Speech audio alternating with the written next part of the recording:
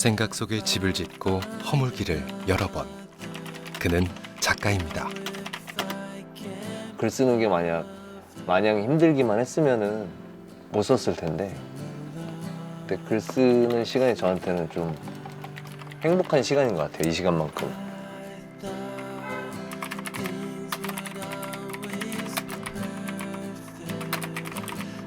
제 책 노가다 칸타빌레의 첫 문장이기도 한데 뭐죠? 까먹었네. 잠깐만요. 너무 무겁지 않게 그러나 진지하게 그가 꺼낸 말.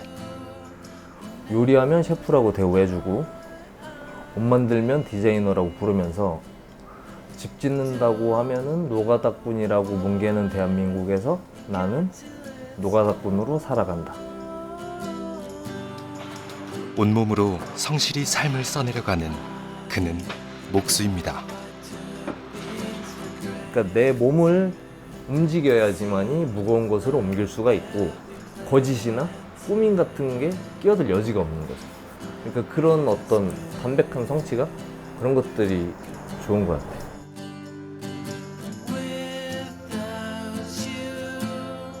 안녕하세요. 저는 낮에는 집을 짓고 밤에는 글을 짓는 글 쓰는 노가다꾼 송주웅이라고 합니다. 반갑습니다. 그가 치열하게 통과해온 낮과 밤. 그 시간들이 모여 두 권의 책이 되었습니다.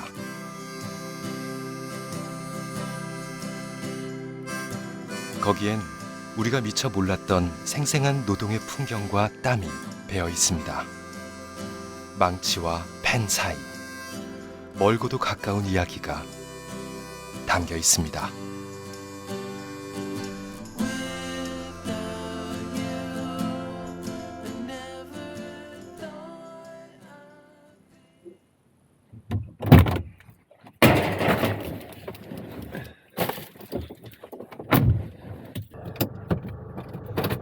늘 어제와 같은 시간. 간밤의 피로를 채 털어내지 못하고 다시 오늘입니다. 이제는 익숙해진 새벽 출근길. 누군가는 괜찮겠냐 걱정했고 누군가는 한 달도 버티기 힘들 거라 말했습니다. 사실 그도 알지 못했습니다. 처음 이곳에 발 디딘 그날이 인생의 또 다른 시작이었다는 것을. 인력소 문이 5시에 열어요. 근데 저는 5시에 인력소가 문을 연다는 것조차 몰랐으니까 한 4시, 4시 반쯤에 인력소에 간 것 같아요. 사장님이 이제 한 5시쯤 오시더라고. 오셔가지고 이렇게 위아래를 훑어요. 막 해봤어? 본능적으로 해봤다고 해야 될 것 같아서 아, 예, 체격이 좋네 이러더라고요. 그래서 아, 예, 학교 다닐 때 운동을 좀 했었습니다. 그랬더니 아, 그러면은 잘 됐네 하면서 이제 보낸 것이 현장이었어요. 건설 현장에 첫 발을 디딘 6년 전부터 그는 스스로를 노가다꾼이라 부릅니다. 남들은 피하려는 그 단어를 스스럼없이 내뱉는 이유. 손에 쥔 망치만큼이나 단단한 연유가 있습니다. 노가다라는 단어를 사전에서 찾아보면은 막일, 막일꾼 이렇게 나온단 말이죠. 그럼 막일을 사전에서 다시 찾아보면은 이것저것 가리지 아니하고 하는 허드렛 일, 뭐 이런 식으로 나온단 말이죠. 근데 쭉 보면 아시겠지만 여기도 나름의 룰이 있고 설계도면에 따라서 엄격하게 이루어지는 공정이란 말이에요. 그런 과정을 통해서 지어지는 집인 거거든요. 그러니까 막일이라고 하는 것 자체가 어떤 편견의 시선이 들어가 있다고 저는 보는 거예요. 그러니까 나는 내 스스로를 막일꾼이라고 할 수는 없다. 나는 중요한 일을 하는 사람이다라는 자부심이 첫째로 있는 거고, 그래서 더 이런저런 이유로 글 쓰는 노가다꾼이라고 더 쓰게 되는 것 같아요.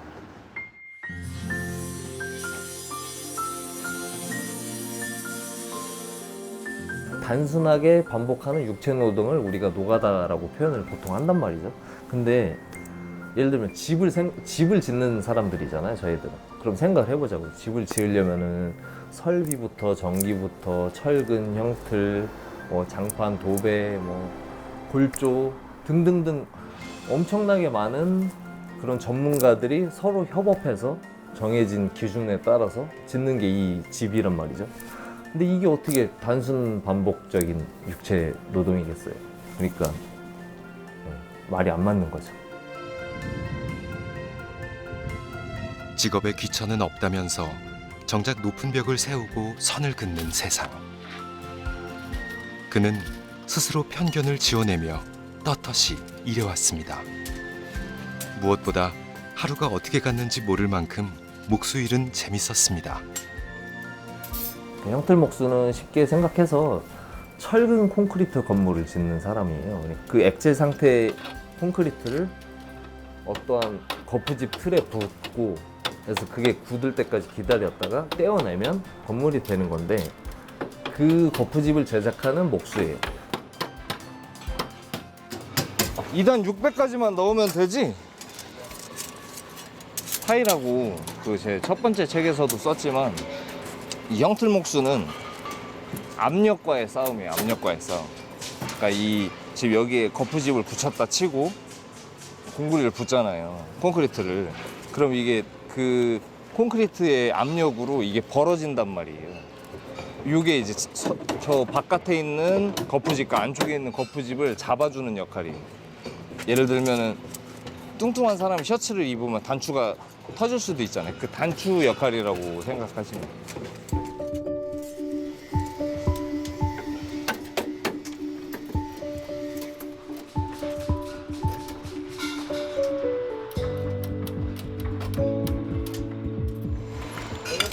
이게 유로폼이라고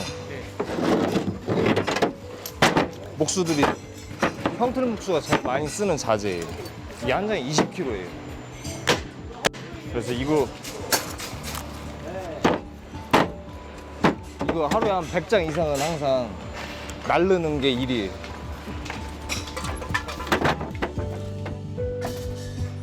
하루 2,000kg 이상의 무게와 씨름하며 평균 2만 보를 걷습니다.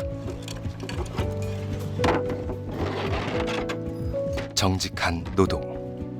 어디에도 요령이 끼어들 틈이 없습니다. 내 몫의 일을 누군가 대신해 줄 수도 눈치고 넘어갈 수도 없습니다. 회사 일이라는 게 그렇잖아요. 회사 일은 내가 노력한 것보다 성과가 안 나올 때도 있고 경우에 따라서는 내가 노력한 것 이상으로 성과가 나와서 좀 머쓱할 때도 있고 뭐 속된 말로 좀 정치질이라는 것도 좀 해야 되고 그렇잖아요. 회사 일은. 근데 여기는 그런 게 없어요. 그러니까 내 몸을 써야만이 무거운 것을 움직일 수가 있고 그게 확인돼야지 일당을 받는 거예요. 그러니까 인풋 대비 아웃풋이 너무 명확한 거죠. 그런 담백함이 좋은 것 같아요. 그러다 보니까 내가 열심히 하면은 그냥 자연스럽게 인정을 해줘요. 건설 현장의 질서를 알아갈수록 그는 그 어떤 직업과도 견줄 수 없는 매력에 빠졌습니다. 몸은 힘들지만 머릿속은 개운했고 망치가 무거울수록 손끝에는 날이 섭니다. 몸을 쓰는 즐거움. 이전에는 느껴보지 못한 감각입니다. 예, 엄청 무겁죠. 왜냐면은 망치도 있고 신호도 있고 이 못주머니에 줄자, 뭐 각종 펜 다 들어있고 뒤에 보면 이제 안전고리 고소 작업 같은 거 할 때는 이렇게 걸어놓고 작업을 하는 거예요. 원래 요게 못주머니예요. 못을 담는 주머니. 근데 이제 목수들은 통칭해서 지금 이 벨트까지 해가지고 여기 이것까지 다 해서 이걸 통칭해서 못주머니라고 하거든요. 그러니까 뭐 말하자면 기자가 펜을 놨다라는 표현 쓰잖아요. 그것처럼 못주머니 벗었다 하면 이제 목수를 때려쳤다 이런 뜻인 거죠. 아니, 못주머니 찬다 하면 목수 시작한다 뭐 이런. 형틀 목수를 상징하는 못주머니. 지금은 매일 아침 빠뜨릴 수 없는 필수품이 됐지만 사실 그는 망치와 못 대신 펜을 들던 사람입니다. 원래는 제가 기자 일을 했었는데 기자 일을 하다가 32살에 이혼을 했고 그러면서 이제 여러 심경의 변화가 있었고 그래서 이제 기자 일을 그만두게 된 거죠. 후회는 안 해요. 그러니까 저는 만약에 후회를 하면은 그러니까 성격이 하기 싫으면 안 해. 성격 자체가. 그래서 아마 후회를 했으면 벌써 그만뒀을 거야 아마 이 일을. 근데 지금까지 하는 거 보면은 여전히 즐겁고 여전히 후회는 안 하는 거죠. 이혼하고 제가 통장에 150만 원 있었고 자동차 중고차 한 대와 그래서 노트북 한 대랑 제가 갖고 있었던 DSLR 카메라 한 대, 그게 제 전 재산이었어요. 그거 갖고 다시 대전으로 왔었던 거죠. 구형 벽걸이 에어컨이 터덜터덜 힘겨운 기계음을 내며 돌아갔다. 쿰쿰한 곰팡 냄새가 코끝을 스쳤고 그 방에서 나는 일주일 동안 가만히 누워 있었다. 어쩌다 상황이 이렇게 됐나 싶어 절망했다. 이런 상황에서도 배가 고파 또 절망했다. 먹고 살자면 뭐라도 해야 했다. 그렇게 노가다 판에 첫 발을 디뎠다. 요즘도 가끔 그 시대를 생각하면은 그 아주 오래된 에어컨 소리, 터덜터덜 돌아가는 소리랑 그 쿰쿰한 곰팡이 냄새가 나요. 내가 만약에 거기서 털고 일어나지 않았으면 나는 지금도 거기에서 있었을지 모른다는 생각이 가끔 드는 거죠. 돌이켜보면 삶의 중요한 순간마다 떠오르는 풍경이 있습니다. 거기엔 늘 사람이 있었습니다. 저마다의 온도와 밀도로 삶의 한 시절을 채워준 사람들. 그런 인연을 찾아왔습니다. 오, 안녕하세요. 잘 지내셨죠? 반가워. 뭘 이런 걸. 약속하지만 드시라고. 잘 먹을게. 17년간 꾸준히 대전의 공간과 사람을 기록해온 월간 토마토. 송주홍 작가가 5년가량 기자로 일했던 곳입니다. 추웅이 있었을 때가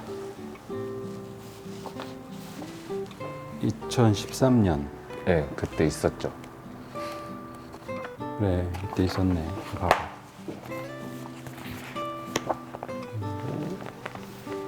김삿갓다방. 그래, 김삿갓다방. 그래, 그게 더 재밌었어. 김삿갓다방.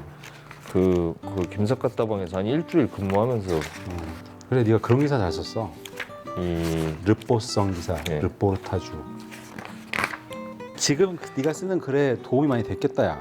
그쵸, 현장을 좀 이렇게 좀 깊게 들여다보는 그런 것들.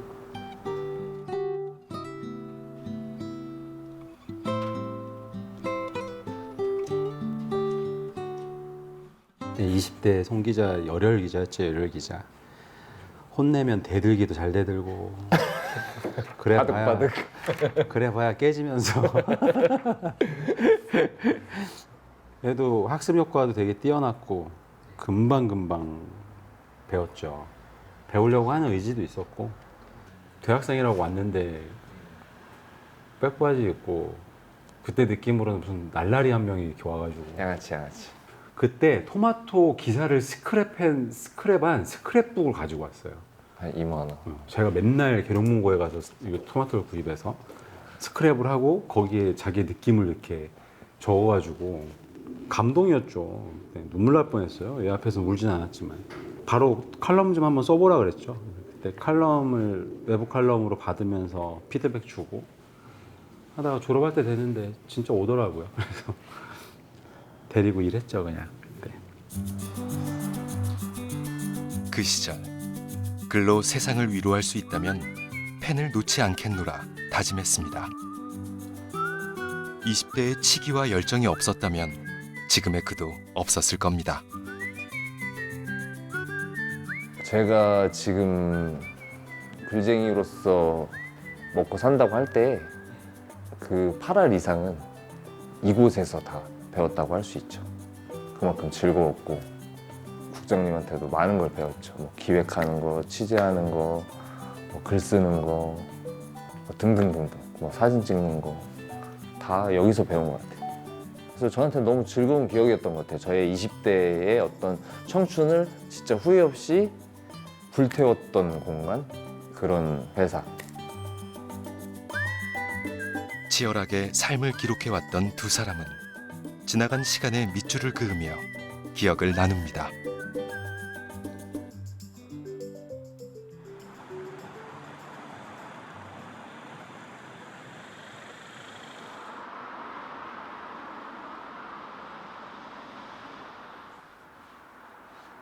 어둠이 한겹 깊어지는 시간. 낮에는 온전히 형틀 몫으로 움직였던 그의 몸이 망치를 내려놓고 펜을 들 준비를 합니다. 작가 송주홍의 시간입니다.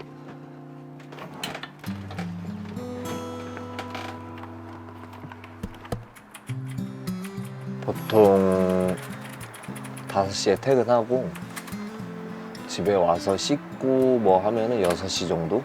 그러면은 운동 겸 산책으로 1시간 정도 이제 동네 걸어요. 그렇게 하고 7시부터 한 10시까지 3시간 정도 보통 글을 쓰죠. 저는 여전히 망치질이 즐겁고 글 쓰는 게 좋고, 그래서 망치질 하는 이야기를 글로 쓸 때 제일 행복한 사람인 것 같아요. 글 쓰는 게 마냥 힘들기만 했으면은 못 썼을 텐데, 근데 글 쓰는 시간이 저한테는 좀 물론 체력적으로 힘들지만 행복한 시간인 것 같아요. 이 시간만큼은. 그래서 쓸 수 있는 것 같아요. 재밌게. 한때는 쓰지 못했습니다. 현실은 답답했고 삶은 무거웠습니다. 도망치듯 향한 노가다판에서 그는 다시 펜을 들 힘과 생생한 용기를 얻었습니다. 어떤 에피소드들이 있을 때마다 메모를 했었고 텍스트 플랫폼에 저 혼자 그냥 연재를 했었어요. 그게 너무 재밌어서. 그래서 그렇게 연재를 하다가 그 딴지일보에서 연재 제안이 왔고, 저한테 딴지일보는 말하자면 프리미어 리그였거든요. 그래서 딴지일보에 연재를 하면서 좀 반응이 있었던 것 같아요. 워낙 낯선 세상에 대한 이야기고 또 저도 너무 재밌게 썼었고, 그러다 보니까 출판 제안을 제법 많이 받았어요. 네. 그래서 그 중에서 제가 고른 거죠. 네. 낮에는 집을 짓고 밤에는 글을 짓는 고된 시간들로 엮어낸 두 권의 책. 고민도 깊었습니다. 너무 무겁지도 가볍지도 않기를. 얕은 경험으로 깊이를 흉내내지 않기를. 그게 한평생 노동을 해온 분들에 대한 예의라 생각했습니다. 보통 인부로 일하던 시절에 저희 반장님이 저희 아버지 또래였어요. 그 반장님이 한 30년 노가다 뛰신 분이 걸걸하세요. 막 욕하고 막 담배 피고.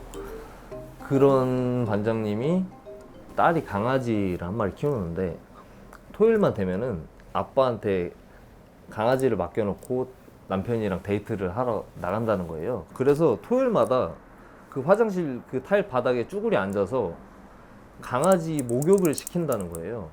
내 강아지도 아니고 내 딸이 맡기고 간 강아지 목욕을. 그러면서 오늘 또 집에 가서 강아지 딸내미가 맡겨놓은 강아지 목욕시켜야 되겠네 뭐 이런 말씀을 하시는데, 그때 저는 망치로 한 대 맞은 느낌이 들었어요. 어떤 노가다꾼이라고 했을 때 어떤 그런 이미지가 있잖아요, 편견들. 근데 그거를 깨트리는 사건이었던 것 같아요, 저한테는. 그냥 보통 아저씨구나. 이 보통 아저씨들의 평범한 밥벌이 현장이구나, 여기도. 그런 걸 느낀 것 같아요.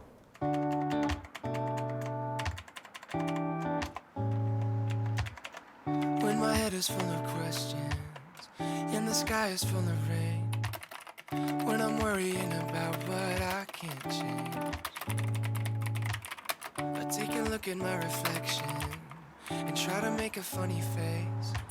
And for a second, all my sorrows melt away. As if we just smile, we can forget all of our troubles for a 그는 while. 지난 6년 몸쓰고 땀 흘리는 삶이 얼마나 싱싱하고 담백한지 배웠습니다. Get through the darkness, knowing 무수한 책 속의 문장들이 일어나 살아 움직였습니다. if we just smile. 김훈 작가 소설이나 에세이를 읽다 보면은 기본적으로 그런 어떤 육체 노동하는 사람들에 대한 존경의 시선이 항상 있어요. 이를테면 뭐 칼의 노래라는 소설에서는 노젓는 격군이나 무기를 만드는 그런 대장장이들, 그 중에서도 김훈 작가가 직접적으로 목수라는 제목으로 쓴 글이 있어요. 이 책은 이제 김훈 작가의 산문집인데 라면을 끓이며라고. 젊은 목수들의 연장은 아름다웠고 그들의 망치질이며 톱질과 대패질은 행복해 보였다. 세상의 재료들을 재고 자르고 깎고 다듬어서 일으켜 세우고 고정시키는 자들의 기쁨으로 그들의 근육은 꿈틀거렸고 나리선 연장들은 햇빛에 빛났다. 아, 연필과 지우개는 잊혀져야 마땅하리라. 육체 노동자는 찬양하면서 글 써서 먹고 사는 자기의 삶을 좀 이렇게 조소하는, 김훈은 자기 스스로도 기자 출신이면서 또 작가, 우리나라를 대표하는 작가이지만 그런 글만으로 세상을 바꿀 수 없다고 생각하시는 것 같아요. 저 또한 거기에 공감하고.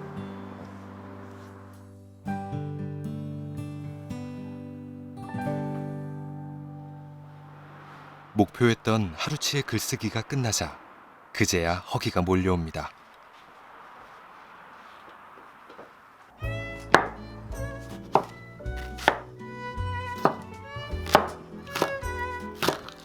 송주홍 작가는 요리에도 제법 솜씨가 있습니다. 아니, 솜씨라기보단 매일 같은 시간에 작동하는 습관이랄까요? 늘 밤 10시가 넘는 늦은 식사. 재빨리 밥 짓는 일에도 이력이 붙었습니다.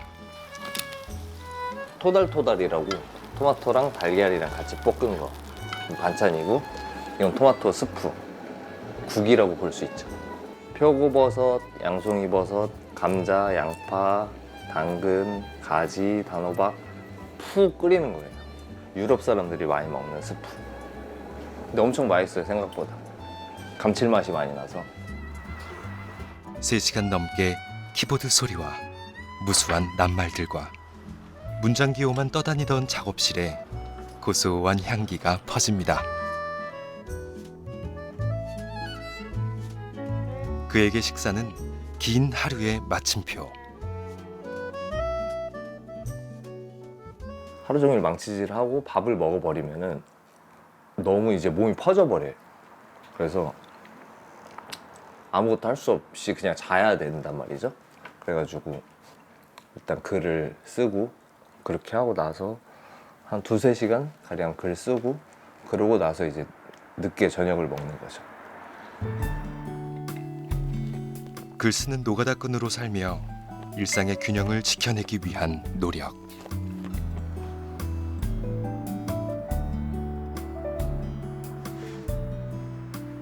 어느 한쪽도 맥없이 놓치고 싶지 않기에 그는 피곤한 몸을 달래며 책장을 넘깁니다.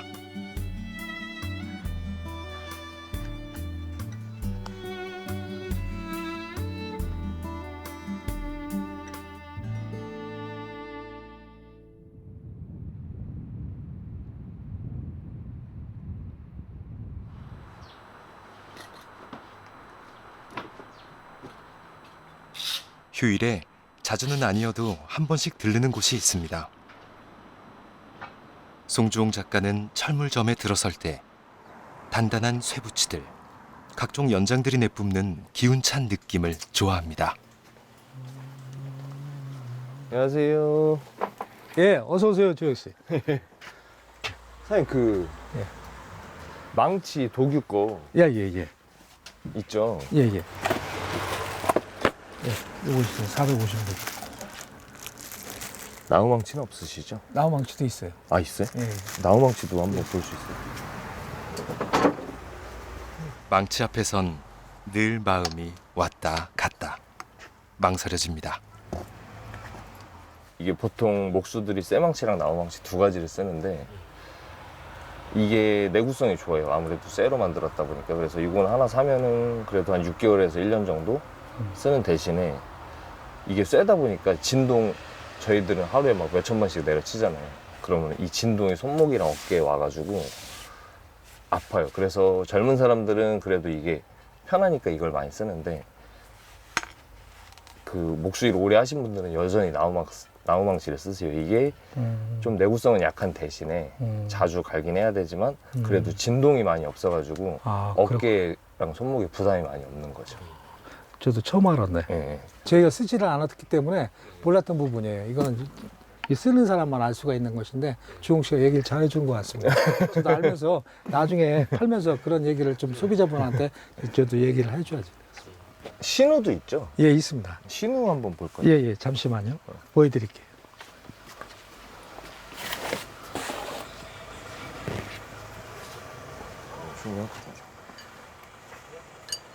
이게 이제 목수들이 망치랑 같이 제일 많이 쓰는 연장 중에 하나인데 이걸로 이제 뭐 구멍을 뚫을 수도 있고 철사 같은 거를 조일 때도 쓰고 또 뭐 이렇게 까거나 뭐 할 때 다 쓰는. 그래서 항상 목수들은 옆구리에 망치랑 요거를 두 개를 들고 다녀요. 예, 망치고리하고 같이. 네. 예, 그렇죠. 그래서 이게 제일 많이 쓰는 연장. 보통 목수들은 그 7.5m짜리를 일반적으로 많이 쓰고요. 5m짜리는 안 써요, 저희들이. 간혹 간간히 10m를 쓰는 사람들도 있어요. 저 같은 경우는 10m를 쓰는데 무거워요, 확실히. 그래서 이거 하나만 들고 다녀도 하루 종일 들고 다니면 그 피로감이 있는 대신에 10m를 쓰면은 자질을 한 번만 해도 되니까, 두 번 할 걸 한 번만 해도 되니까 더 편하기는 하죠. 그래서 저는 10m를 쓰고 있습니다. 10m가 좀 무겁진 않아요. 예, 무겁죠. 네, 확실히 그게 좀- 무거운데 그래도 이게 또 현장에서는 워낙 바쁘다 보니까 이거를 한 번으로 자질해서 끝내느냐 두 번까지 자질하느냐, 그리고 저희들이 이 줄자가 튼튼한지 안 튼튼한지 현장에서 확인하는 게 이거를 뽑아서 이게 2500까지 나오면은 내구성이 좋은 거고 2500에서 이렇게 부러져 버리면 내구성이 안 좋은 거고. 처음 건설 현장에 발 디뎠을 때 딴 세상인 듯 했습니다. 말소리는 들리는데 그게 무슨 뜻이지? 영 깜깜했습니다. 현장엔 현장의 언어가 있는 법. 건설자재나 연장의 이름과 사용법들이 이젠 그의 언어가 됐습니다. 그리고 이해하고 싶은 것이 또 하나 생겼습니다. 언젠가는 내가 글쟁이로서 나의 부모님의 삶을 기록을 해야겠다는 어떤 그런 소망이 있었어요. 언젠가는 해야지. 근데 이제 노가다 일을 하면서 그 형님들의 삶을 이렇게 찬찬히 들여다보면서 저는 저희 부모님 생각을 많이 했어요. 계속. 아, 우리 엄마 아빠도 이렇게 일을 해서 나와 형을 먹여 살렸겠구나. 그러니까 저의 어머니 1961년생 정동분 씨를 지금 계속 인터뷰해서 정동분 씨의 삶을 기록하고 있습니다. 그렇게 한 달에 2번, 둘째, 넷째 토요일은 어머니 만나러 가는 날로 정했습니다.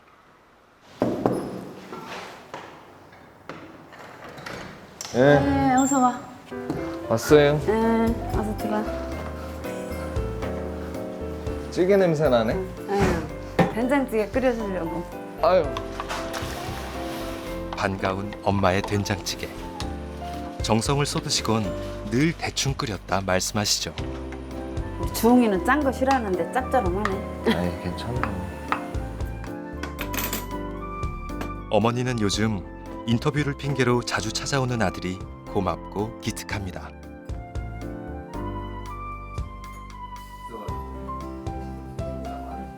더구나 작가로서 엄마의 이야기를 신문에 연재하는 중이니 아들에게 도움이 된다면 더 많은 시간을 내주고 싶습니다. 현장이 어떻게 됐다고? 지금 일하는 현장은 거의 다 끝났고 바로 이어서 얼마나 들어갈 것 같아. 그럼 얼마나 오래 하는 거야? 거기서도 한 1년 가까이 하겠지. 그래도 다행이네. 응. 엄청 속상했죠. 또 속상할 정도였어? 속상할 정도가 아니고 얘기를 못했어요. 그렇게 처음에는 이제 기자다 이렇게 소개를 다 했는데 갑자기 그거 한다고 얘기를 못 하겠더라고요. 속상하기만 하더라고. 그냥 이제 부모 입장에서는 엄청 속상했어요.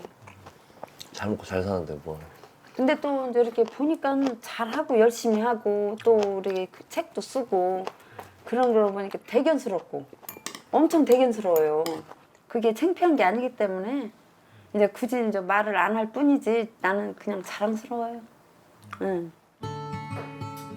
말하지 않아도 서로를 잘 아는 사이. 부모와 자식은 의례 그렇다고 생각했습니다. 하지만 그게 전부가 아니었습니다.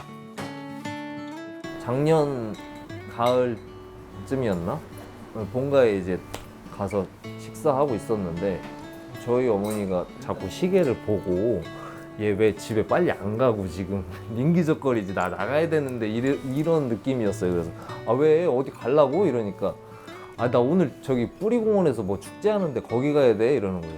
거기 왜? 지금 비도 오는데 그러니까 거기에 장민호라고 트로트 가수가 온다는 거예요. 그래서 저는 장민호 누군데 왜 노래를 그렇게 잘해? 그러니까 아니 이러는 거예요.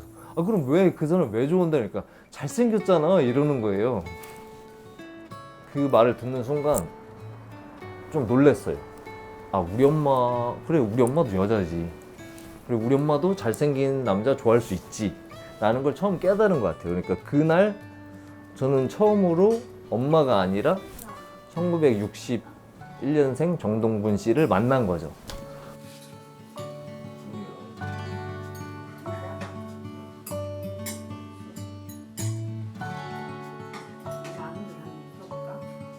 엄마 오늘은 얘기했던 것처럼 전화로 주제가 나야. 그러니까 한번 좀 하나씩 풀어보자고. 알았어. 녹음기 킬게. 나 처음에 태어났을 때 그때 상황 좀 한번 우선 얘기를 해줘 봐봐. 응. 아침에 응. 배가 아파서 이제 갔는데 몇 시부터 삼 배가 점. 아팠다고? 5시부터 5시부터? 새벽. 응. 그런데 그 해에 응. 1시간 시계를 돌린 적이 있었어. 전국- 87년도에. 전국적으로 어. 다. 그래서 네가 응. 9시 반에 놔야 되는데 10시 반에 놨어. 아 10시 반이 돼버린 거지 갑자기? 돼버렸어. 응. 그래서 그렇게 놨는데 3.7kg 아주 통통한 아기가 태어났어. 이목구비는 어땠어? 이목구비는 할아버지를 좀 많이 닮았더라고. 할아버지 많이 닮고 형은 태어났을 때 좀 저기 했는데 뽀얀했는데 너는 약간 까마잡잡하게 생겼더라고. 그렇게 해서 잘생긴 아기가 태어났어.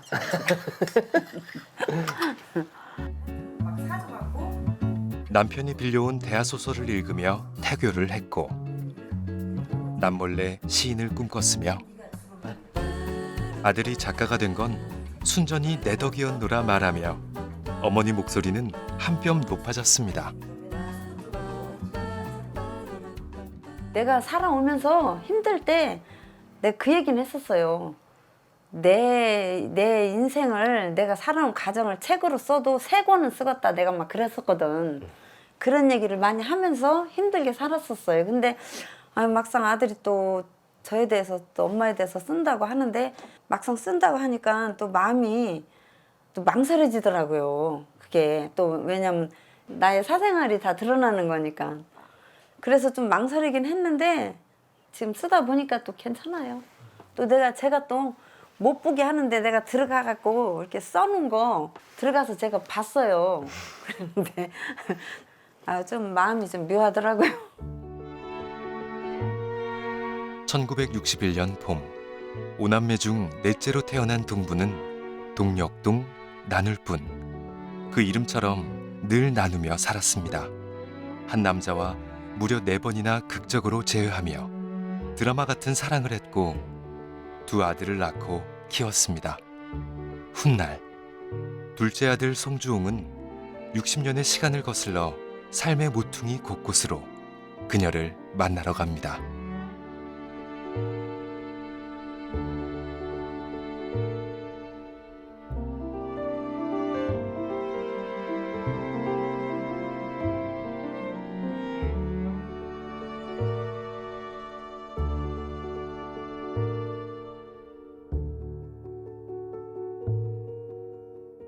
이게 엄마 요거 이제 서당에- 할머니 집에서 이제 고생하기 시작. 할 때, 어. 형 100일 때 그때서부터 이제 시작이에요. 이게 시작. 이게 서당집 그 텐마루 아니야? 그렇지. 할머니가 맨날 앉아 계시던. 맨날 쓸고 닦던. 맨날 쓸고 닦던 거기. 엄마가 25살 때 아주 친했던 친구가 있는데 그때 이제 시집살이도 하고 있었고 애도 있었고 그런 반면에 친구는 좋은 남자 만나서 멋들어진 집에서 살고 그런 상황이었던 거예요. 그래서 엄마가 그때부터 친구랑 연락을 안 했다는 거예요. 그런 25살에 정동분이 느꼈던 어떤 그 마음들, 그 여린 마음들, 그렇게 할 수 있으면은 25살의 동분한테 달려가서 좀 꼭 안아주고 싶은 마음이 들었어요. 그렇게 괜찮다고. 그렇게 너가 그런 삶에 힘듦이 있고 그렇게 해서 친구에 대한 그런 어떤 질투심이든 뭐든 그런 감정들이 있어서 더 이상 친구랑 연락을 하지 않게 된 자신을 자책을 하더라도 괜찮다고 얘기해주고 싶더라고요. 그렇게 상사병이 커지고 있는 거죠. 네. 우리가 누군가의 삶을 온전히 이해한다는 것은 얼마나 어려운 일인지, 하나 동시에 또 얼마나 숭고하고 아름다운 일인지. 그는 어머니에 관한 글을 쓰며 작가로서 새롭게 익어가고 있습니다.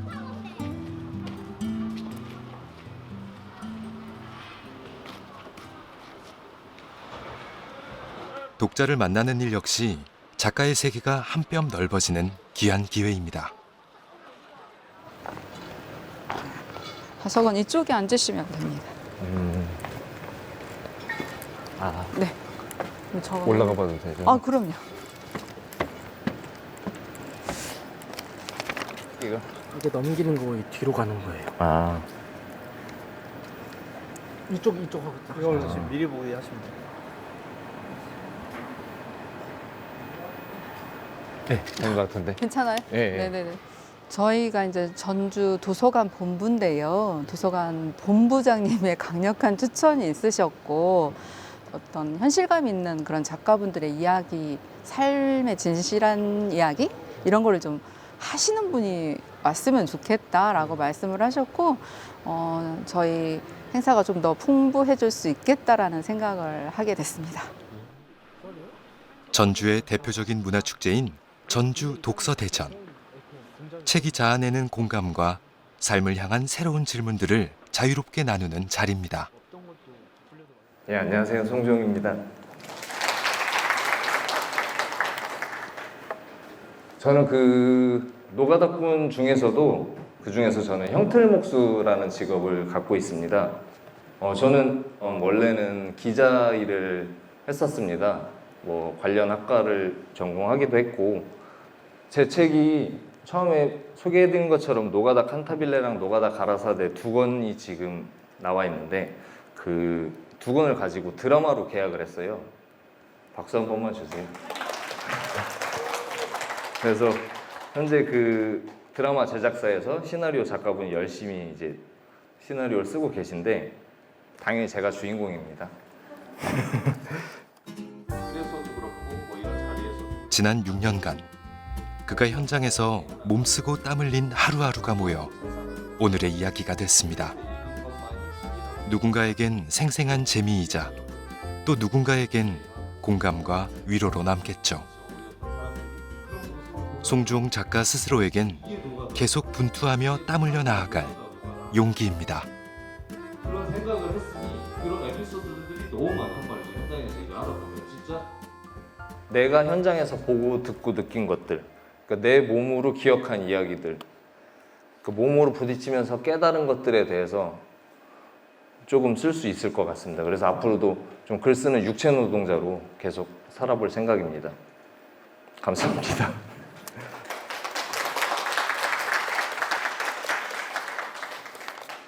내가 이렇게 피곤한데 이 노가다만으로도 지쳐 죽겠는데 내가 지금 앉아서 뭐 하고 있는 거지?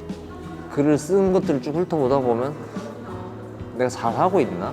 내 글이 과연 사람들한테 조금이라도 뭔가 공감을 줄까? 혹은 뭐 도움이 될까? 그런 회의감이 들 때가 있어요. 이런 자리를 한 번씩 와서 독자분들의 어떤 그런 기운, 격려, 응원을 받다 보면은 아 그래도 내가 글쟁이로서 그럭저럭 해 나가고 있구나 그런 생각이 들죠. 그렇게 오늘 밤 펜을 들 힘을 얻어갑니다.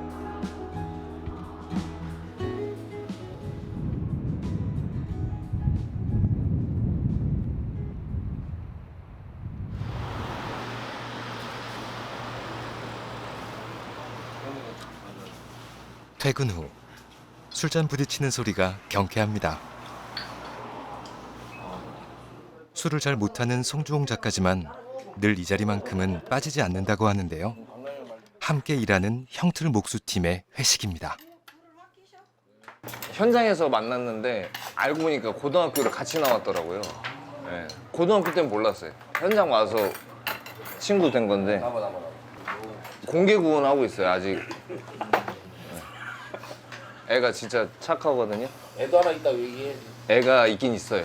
애가 8살인데 딸 하나 있긴 한데 하여튼 착해요. 착하면 된 거 아니야? 책이 나왔을 때 형님들이 너무 일단 좋아해 주셨어요. 평생에 걸쳐서 한 권의 책도 읽지 않으신 분들도 있어요.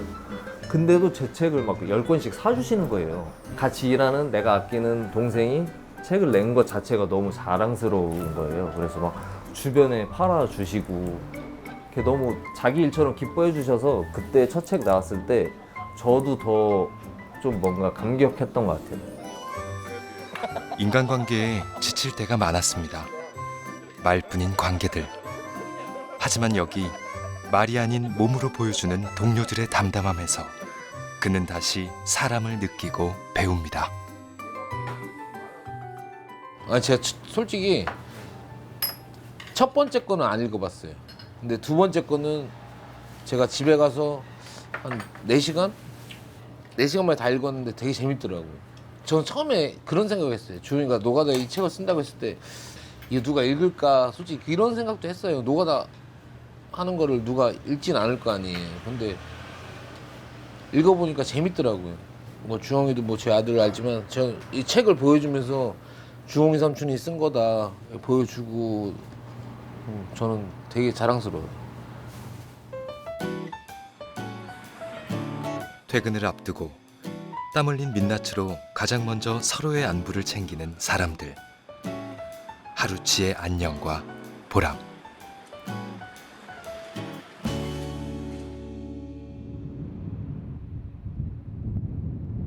다시 현장의 하루가 밝았습니다. 현장질 하면은 이렇게 믹스 커피를 자연스럽게 좋아하게 돼요. 저도 진짜 믹스 커피 생전 안 마시던 사람인데 마시게 되더라고요.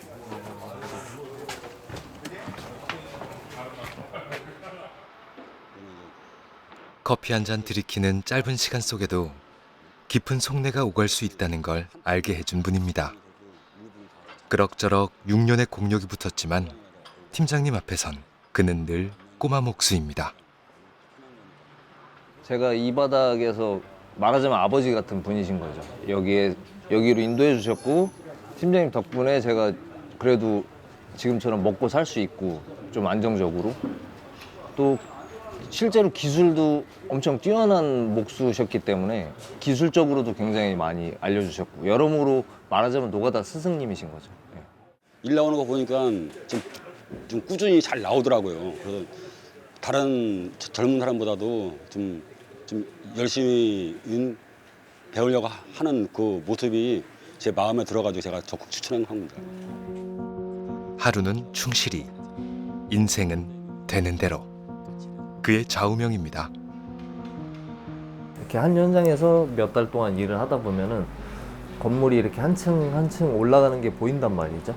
막 서로의 땀과 땀이 비벼지고 그 안에서 막 그 먼지가 풀풀 날리고 그런 어떤 땀과 먼지로 건물이 한 층 한 층 올라가는 걸 볼 때마다 거의 완벽에 가까운 아름다움을 느끼는 것 같아요. And I've been sinking in an ocean, drowning but I'm silent. Yet everyone 그러니까 제가 thinks I'm afloat. 노가다와 관련된 두 번째 책을 내면서 스스로 다짐한 게 그러니까 송주홍이라는 사람이 내가 가지고 있는 역량으로 노가다판에 관해서 할 수 있는 이야기는 다 했다. 더 하는 거는 내가 그냥 나의 욕심을 위해서라고 생각했거든요. 그래서 더 이상 노가다와 관련된 글을 쓰거나 책을 내진 않겠다. 이게 스스로와의 다짐이었어요. 글 쓰는 노가다꾼으로 계속 살긴 하겠지만 앞으로 노가다꾼에 찍혀져 있던 방점을 글쟁이에 좀 더 옮겨가는 과정들이 되지 않을까. 몸으로 부딪히고 겪으면서 깨닫고 느낀 것들에 대해서 쓰고 싶어요. 그런 이야기들을 쓰는 글쟁이로 계속 살아가게 되지 않을까 싶습니다. 지독하게 춥고 지독하게 더웠습니다. 겨울엔 마스크 위로 고드름이 맺히고 여름엔 온몸에 소금꽃이 핍니다. 그렇게 우리 모두는 각자의 자리에서 먹고 사는 일로 분투하며 땀 흘립니다.